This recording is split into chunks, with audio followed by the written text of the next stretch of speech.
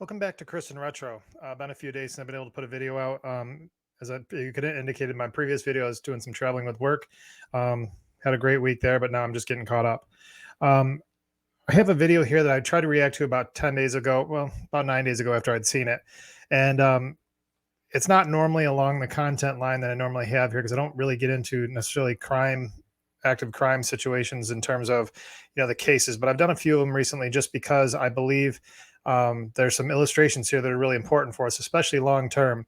And keep in mind the two lanes that we're trying to travel here is one is recognizing what high risk living, the realities of it, the unintended consequences that can often happen.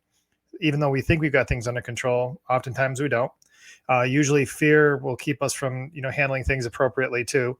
And then the second side is there hope to even get out of a mess when you're there? And I think both of those issues are illuminated in this situation that we clearly will not know for some time now, what the outcome of it is. But I'll tell you, I'm going to share with you a video. It's on Law and Crime TV. It's on a YouTube channel. They usually do active cases and they do live trials. They're just doing one on I think it's Rudolph was a wide receiver, professional wide receiver that had was up for a murder charge. So they do some current, trials out there. And this is one that really I think it's a terrible situation. And I'll tell you at first glance, outwardly, I was furious. I just found it disgusting and I was furious. But then I watched the video. At first, I was just like, I can't believe, is this just clickbait? What's actually going on here? But then as I watched the video, I started to question some things relative to all factors involved in this. And so I'll share with you some of my observations. Hopefully, you get some benefit out of this video, but it is somewhat of a new venture for me in terms of using a real life situation where high risk living got you in a bad situation. And also what I consider to be a very live demonstration of some of the headwinds we have when we try to get out of a mess. So without further nonsense, I will share the video. So here's a video. It's in New Mexico, I believe is where they are. And it's a 19-year-old girl. She's presented in a hospital, allegedly not understanding that she was pregnant. And as she went in the hospital, they discovered she was pregnant, which is important as I make some points later on. But they discovered she was pregnant. She then went into the restroom, gave birth to this child. Somehow the child passed and she put it in the trash container in the bathroom, and then put another clean liner over top of it to try to hide the evidence of the child. When an orderly went in the bathroom and saw the blood everywhere, and she had entered back in the room, obviously it didn't take much, to figure out who was doing what in this hospital. The other indication of this hospital can't really handle a lot of these things because the follow-up procedure, she had to be airlifted to another hospital in the area. So it gives you a sense of this. I get a sense this is probably a more rural hospital. I don't know the location of the hospital at all. And I certainly am not familiar with the case in any way, shape, or form, except for the fact it does illustrate some very important things. And a few of those things are around prevention, and some of those things are around, life afterwards. So I'll get into that. In the first scene here, it's going to this first clip of it. I'm not going to go through the whole video, but the first clip is going to show you some highlights of where we are. And, we'll go from there. Lexi, I told you about this. You are detained. You are not free to leave at this point. Do you understand that? How big is the baby? It's full term. What?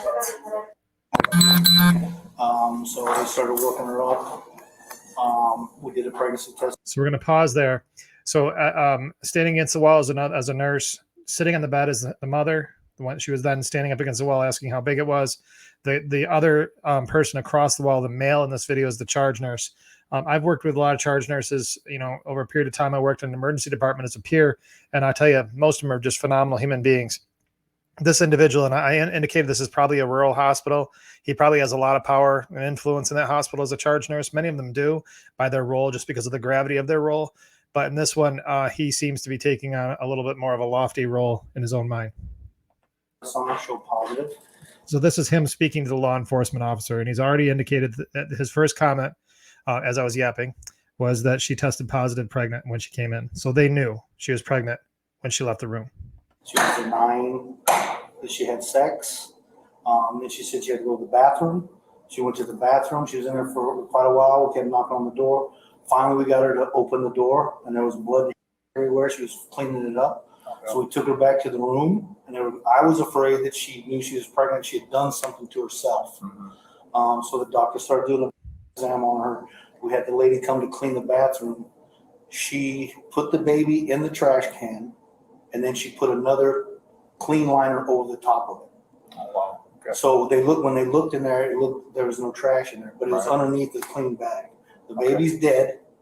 Okay, we have him in trauma too, but she killed the kid.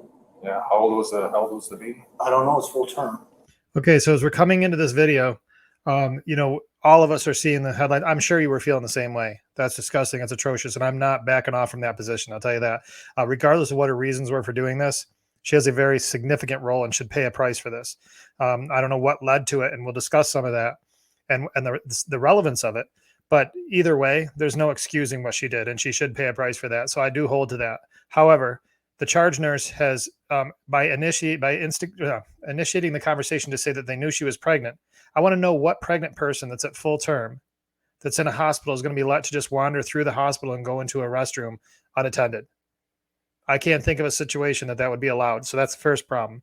Second one is that I've seen him already positioning himself in a situation that says, look over here and don't look at me. And one of those is that he thought she harmed herself. She's pregnant. You would think that would probably be the first thing you'd look at if she's full term. I feel like he's blowing smoke there. And then his indication that she killed a baby. And pregnancy obviously has a lot of variations to it. This hospital clearly is not that sophisticated, or it wouldn't have sent somebody, a pregnant child or young woman, 19 years old, into a bathroom pregnant by herself. Even let's just say that even if what he was saying was true, that it was a potential suicide attempt, if she had suicidal ideation, she certainly shouldn't have been left alone. So I think there's just a lot here that shows some heavy responsibility on the part of the hospital. But that's one indication I want to point out here in terms of roles being played. Now, this person that this young woman got to this place through unknown circumstances, came to the hospital for unknown reasons, found out she was pregnant, went to the bathroom and delivered a baby, either dead or killed it in there, and put it in trash. She went through this series of events and for unknown reasons. We don't know why she's there. But she's already now on top of that, enemy number one to everybody in the room because of what she did. And at the same time, with no, and lumping on her more, in my opinion, based on lackluster performance, at least from the hospital. And I'll shut up with that part for now. She just had it. She had it in the bathroom was what happened. And then whatever she did, I don't know. She's going to lie. She wouldn't tell us she's going to lie. I can't help but draw a connection to how many times you hear about a man doing something to some kid. And I'm not saying this guy did anything to her, so please don't take it that way. But how many times you hear about a man doing something to a kid and going back and saying, well, she's just going to lie anyway. Just that statement really bothered me, and I'm not sure why, and I don't really have any proof of it. I'm just telling you, when I hear that, I'm like, that's weird. Pregnant. She's been lying the whole time. Okay. So that's what's going on. Lying the whole time. I just pulled the doctor out of the room, so nothing's been said to the patient or the mother that's in there yet. Okay. I have Leela, the housekeeper, if you want to interview her. Yeah. She's the one that kind of found. Yeah, because I wanted to get with you guys first. So I'm going to applaud the cop on this because, so this guy, this charge nurse that's taken this position with everything, is becoming the voice of all things first response. So he pulled the doctor out of the room that was examining her and let the doctor know. So the doctor was not even the first to indicate what was going on. This charge nurse has likely been the one that's let her walk out of the room. So he clearly was the one running the show to know all this stuff was going on. So the doctor is now in the room doing an examination. So what does that mean? He's now out talking to police. He's covering a lot of his tracks. I think that there's a lot of irresponsibility here on his part, and he's doing everything he can. And I think the law enforcement officer is picking up on this because he's immediately talking about separating them. I'm sure that's a tactic. I'm not familiar with their tactics. I liked it in this case because it's going to start making things, seem more obvious. And I'm not going to belabor this part too much longer because I want to get to the end of the video here with the point I'm trying to make. And then get with her to get her statement before I even do anything. Well, I'm the charge, and this is what has happened. I'm the charge, and this is what has happened. So I'm the charge, and this is what has happened. So don't look anywhere else. Don't look at any other thing. I'm the charge, and this is exactly what happened. And she's a liar. so you can see why I'm hoping you get a sense of what I'm feeling here. Now let's go back to my original premise. I'm not saying that this is not horrible what she did. And I'm not saying she's horrible for making horrible decisions here that absolutely are disgusting. But I don't know why she's there in the first place. I don't know if she was raped. I don't know if her father had even assaulted. You don't know if a family member did this to her. You don't know if a law enforcement officer did it to her, or even this charge nurse, for God's sakes. It's a small town. Who knows? I don't know. But I'm not saying that any of those people did, but you just don't know what brought her to this place that she was so scared to speak up that she wouldn't even talk about being pregnant and is even denying having sex if she's got a full-term child in her stomach. Something is going on with this child that she's having a hard time here. And I find it very odd that he's saying, I'm the charge and this is what happened. Why is he having to make sure that his version of the story is the encapsulated all-knowing all things? There's several things here that really bother me about it. Interview the nurse that had her, the two nurses that were taking care of her. You can talk to the tech, which is Lori. She's the one that went in there and actually found it, because Leo's like, this is really heavy. Okay. So then, all right, so you get my point with him. I'm not a big fan. So I'm gonna try to fast forward here a little bit. So he's going to take him down into the room, and so now we're in the room with the mom. So this is character number 2. I'm sorry. He came up and me and I didn't know what to do. Lexi, I told you about this. I just asked you, baby, to tell me the truth. It was not crying or nothing. Okay, I can understand the mom's distress, and I don't know how I'd react in that situation. She clearly also is putting herself on the good side versus her daughter doing something bad by, I told you about this, as if to say, I tried to, so why did she tell you? When did she tell you about it? Why was she feeling she had to warn her about doing this? Why is she saying, I told you about this, if this is so shocking to everybody that she was even pregnant? I find that weird. And you can see the distress in the young woman's face. She's clearly scared. I don't know if she's got mental health issues. I really don't know. I don't know what her situation is at all. She's obviously afraid, panicking, and finds herself in a really bad situation. The nurse along the wall, I think, is probably the most compassionate, other than the law enforcement officer, in the whole thing. What did you do to it? Okay. What did you do to it? See how she turns around and immediately attacking. Stop right here. Stop. So the nurse is saying, stop, stop, stop. So the nurse has to defend this child from her mother. Might be an indication why she didn't feel like she could say anything. Here she is, clearly in a medical situation. So this nurse on the wall is going to defend her to let her know that she's not out of the water. The placenta is still in her, and they're going to have to airlift her to another hospital to make sure that she doesn't have serious medical condition that could kill her. The mother's not thinking about that, which makes me wonder if she didn't know something ahead of time.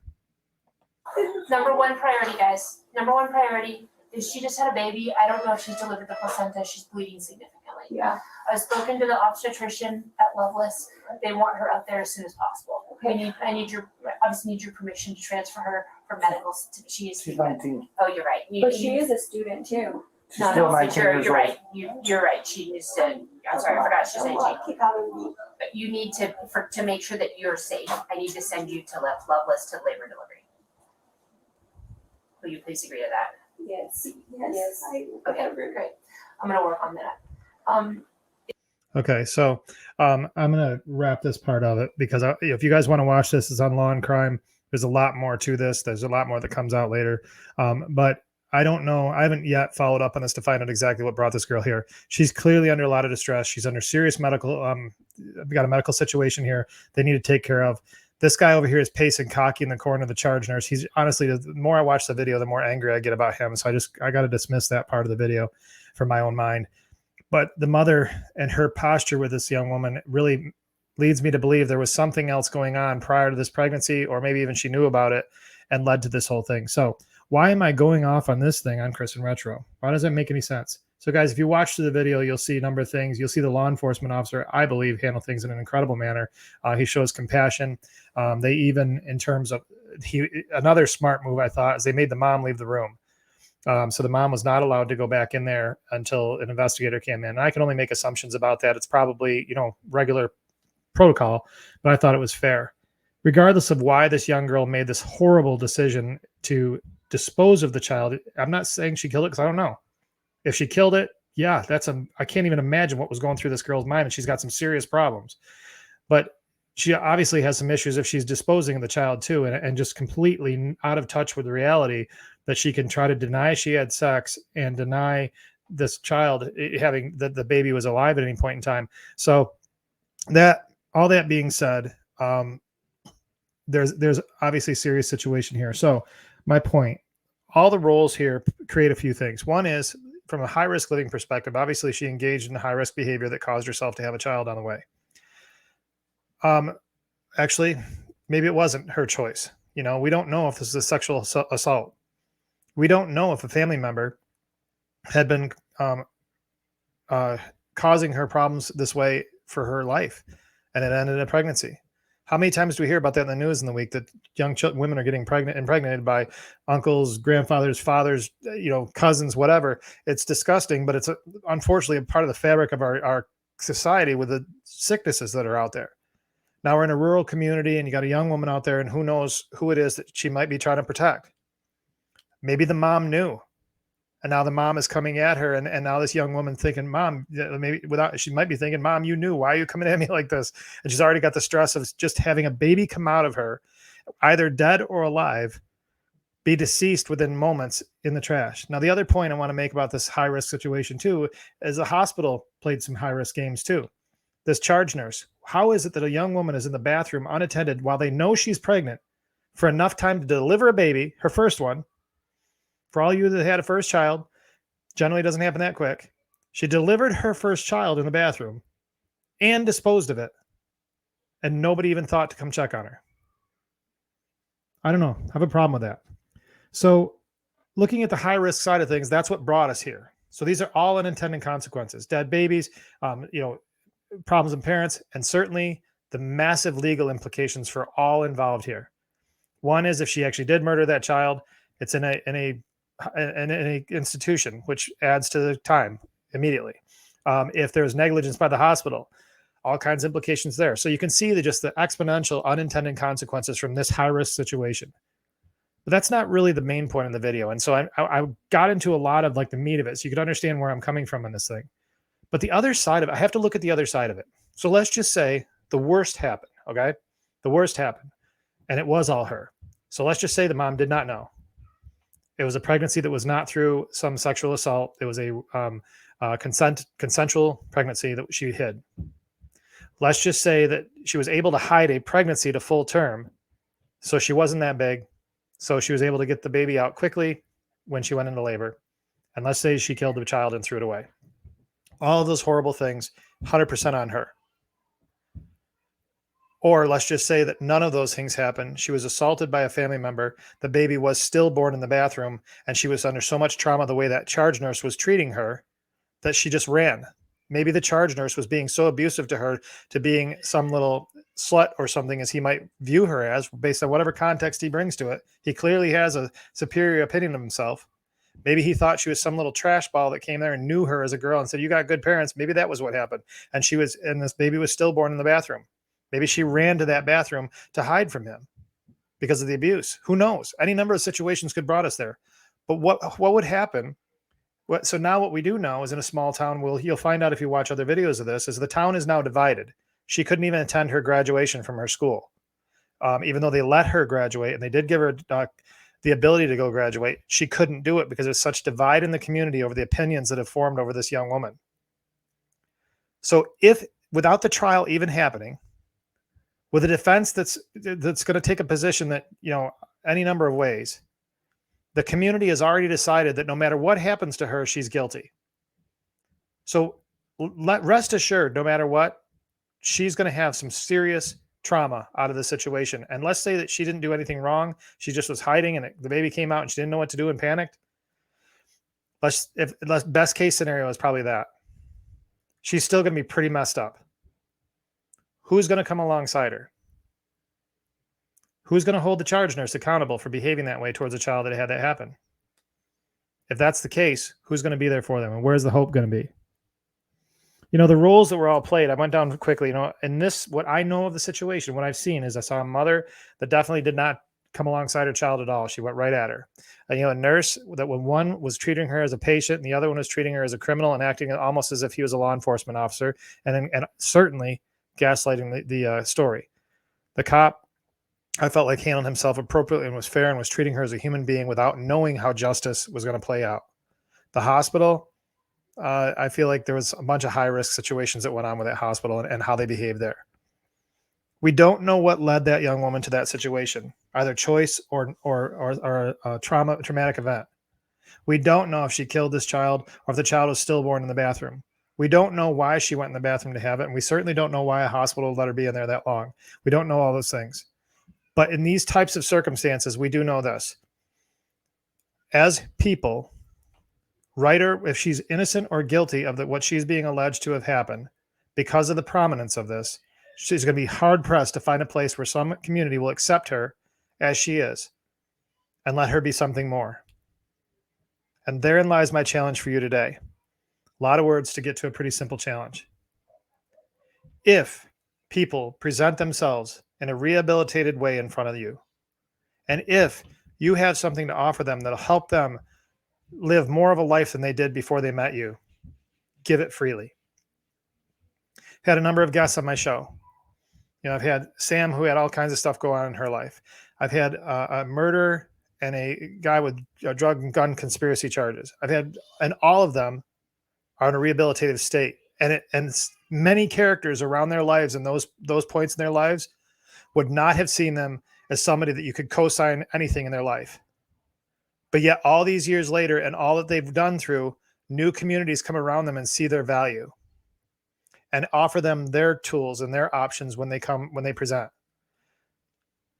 I don't know about this young woman, and I don't know if she's even willing to find better days and better ways after all this is done.